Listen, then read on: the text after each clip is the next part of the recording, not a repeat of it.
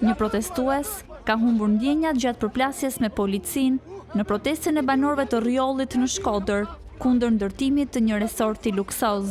Siç shihet dhe në pamjet filmike, gjatë tensioneve me efektivët, protestuesi nuk është ndjer mirë dhe ka rënë në gjendje të fikti, ndërsa banorë të tjerë kanë ndërhyrë menjëherë për t'i dhënë ndihmën e parë.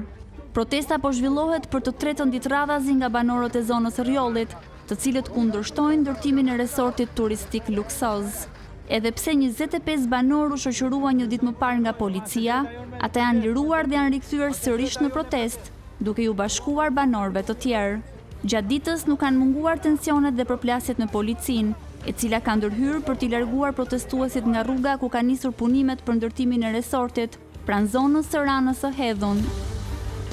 Më 15 janar të këtij viti, Ministri e Infrastrukturës dhe Energjisë, Belinda Balluku, ka firmosur lejën e ndërtimit për kompleksin turistik, i cili sipas projektit do të shtrihet në një sipërfaqe prej rreth 146 hektarësh, duke u konsideruar si një nga investimet më të mëdha turistike në vend.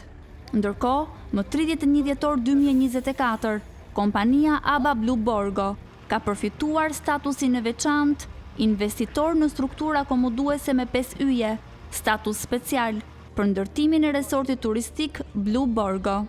Por, për banorët e zonës, ky projekt përfaqëson një realitet të ashpër. Ata pretendojnë se toka e tyre është zaptuar dhe se shteti është vënë në krah të privatit, duke ushtruar presion dhe dhunë për të shtypur protestën. Të paktën 60 familje kërkojnë ndarjen e menjëhershme të punimeve, ndërsa paralajmërojnë se protesta do të vijojnë, pasi kjo nuk është hera e parë që ata dalin në mbrojtje të pronave të tyre.